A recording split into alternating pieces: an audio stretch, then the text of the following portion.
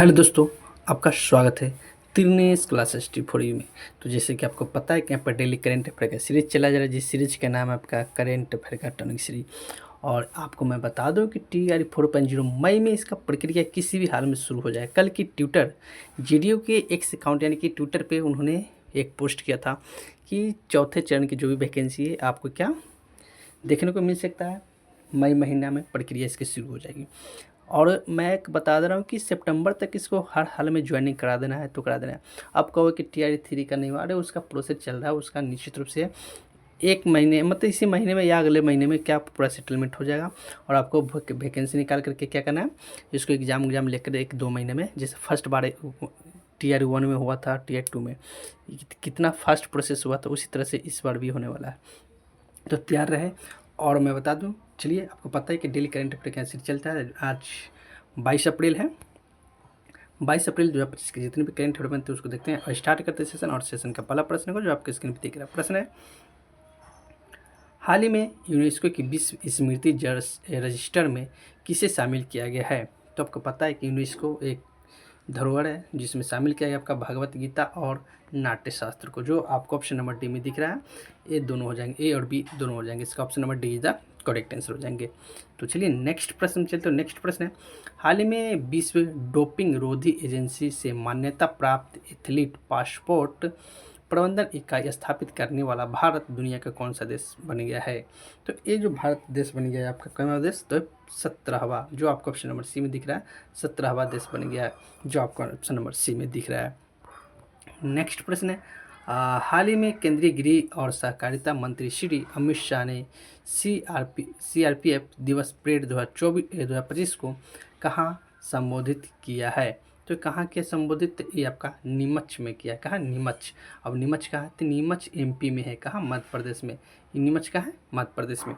तो इसका जो कहाँ क्या परेड का CRPF का जो दिवस परेड है मनाया कहाँ, नीमच, जो आपको ऑप्शन नंबर सी में दिख रहा है। चलिए नेक्स्ट प्रश्न चलते। नेक्स्ट प्रश्न है हाल ही में चर्चा में रही कैंप एंड ट्रेड योजना का संबंध किससे है। तो कैंप एंड ट्रेड योजना का संबंध एक कहाँ पर चला गया, तो इसका संबंध की बात की जाए तो सूरत से है। कहाँ, सूरत, गुजरात, जो आपको ऑप्शन नंबर ए में दिख रहा है। चलिए नेक्स्ट प्रश्न चलते हैं। नेक्स्ट प्रश्न है हाल ही में ADB ने किस राज्य के औद्योगिक इंफ्रा डेवलपमेंट के लिए $85.4 मिलियन का ऋण मंजूर किया है। तो ये जो मंजूर किया आपका किसके लिए, तो त्रिपुरा के लिए। यहाँ पर छिपुरा हो गया, जो ऑप्शन नंबर डी में है, त्रिपुरा होगा। कहाँ, त्रिपुरा, जो आपको ऑप्शन नंबर डी में दिख रहा है। तो D is the correct answer, Tripura होगा। क्या होगा, त्रिपुरा।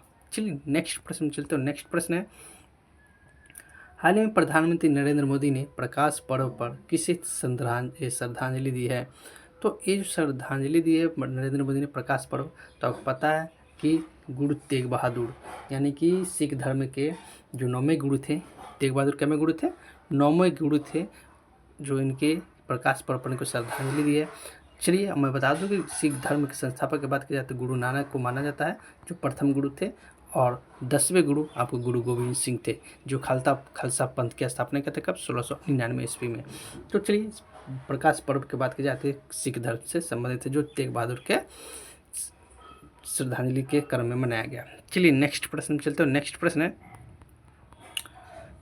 हाल ही में विश्व धरोहर दिवस 2025 का मनाया गया है। विश्व धरोहर की बात की जाए तो ये आपका 18 अप्रैल को मनाया जाता है। कब, 18 अप्रैल को, जो आपको ऑप्शन नंबर डी में दिख रहा है।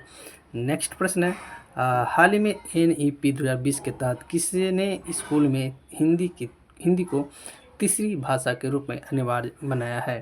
तो ये जो हिंदी भाषा NEP, आपको पता है कि NEP 2020 में कौन सी समिति पे आया था, तो कस्तूरी रंगन समिति पे जो NEP 2020 से आया था। तो चलिए इसका आंसर की बात करें तो महाराष्ट्र सरकार ने क्या है, अनिवार्य बनाया तीसरी भाषा हिंदी के रूप में।